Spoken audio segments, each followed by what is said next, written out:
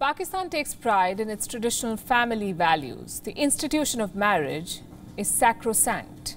So much so that each year, at least 1,000 girls are forcefully converted to Islam. They're kidnapped, tricked and married off. In Pakistan, a woman is also encouraged to stay with a husband, even if he's abusive, because otherwise a divorce would bring shame to the family. If a woman still chooses to get a divorce, then she is given no share in family assets, just a petty maintenance for her children. In Pakistan, the Prime Minister blames Western media for the rising rates of divorce. This is the state of marriage in Pakistan. It's not a happy state, to say the least. But instead of course correction, instead of ensuring women get dignity in divorce, Pakistan is currently looking for ways to punish a young woman because she says she may not want to marry.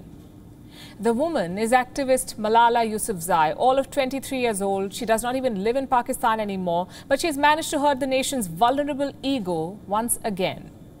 In a recent interview to British Vogue, Malala said, and I'm quoting, "I still don't understand why people have to get married. If you want to have a person in your life, why do you have to sign marriage papers? Why can't it just be a partnership?" That's how most young people would speak, perhaps. But do you know what followed when Malala said this? Debates in Pakistani assemblies and outrage on social media. What do Pakistan's lawmakers want? One, for Malala's family to clarify their position on marriage, and two, for Malala's family to clarify whether what she said was a slip of tongue. One lawmaker said Malala's views have damaged her personality.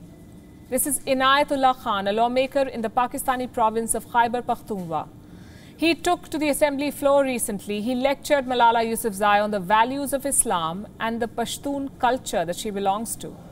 On social media, conservative Pakistanis took up cudgels against Malala. Some are calling her names, raising questions about her sex life, and some others are threatening her with rape. One Twitter user says Malala was mocking the Sunnah, the practice of the Prophet. He also calls her a cursed, crooked mouth. It gets worse. This one, Muhammad Arif Shehzad, wrote that he was mad that the Taliban had not killed Malala. "I'm very angry with the Taliban," he says. "They could not hit a single perfect target. The whole nation is going through shame for the punishment of one of their wrong hitting target." That's what he said. Now here's another one. "Malala, we think you forget that you're a Muslim." Click on this person's profile. It reads, "Pakistan Zindabad, #Pakistan Army."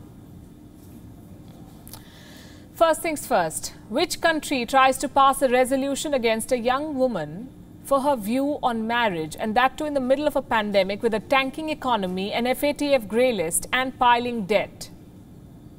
Forget misplaced priorities. What about the concept of choice, something that may be alien to Pakistani lawmakers? Allow me to once again quote from the British Vogue.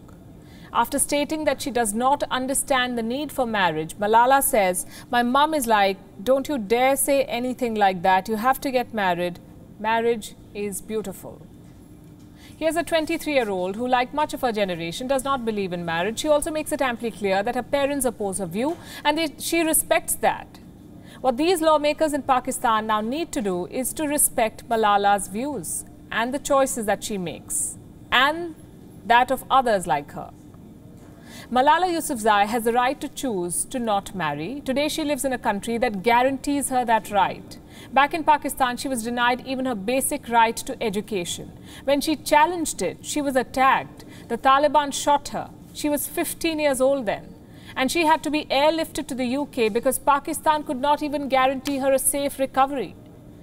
When Malala Yousafzai recovered abroad, Pakistan failed to guarantee her a safe return. For the longest time, Pakistan kept Malala from visiting the country, and today, for some strange reason, Pakistani lawmakers think they have the right to control her choice and worldview, to dictate her views on marriage. Instead of rounding up the trolls who are threatening rape, Pakistani lawmakers are trying to punish Malala Yousafzai. Why? Because a 23-year-old woman dared to speak her heart out. It's bad enough that Pakistan doesn't guarantee the rights of women at home. It's worse that the government goes after those who exercise their rights abroad. Nobel laureates aren't spared either. WION is now available in your country. Download the app now and get all the news on the move.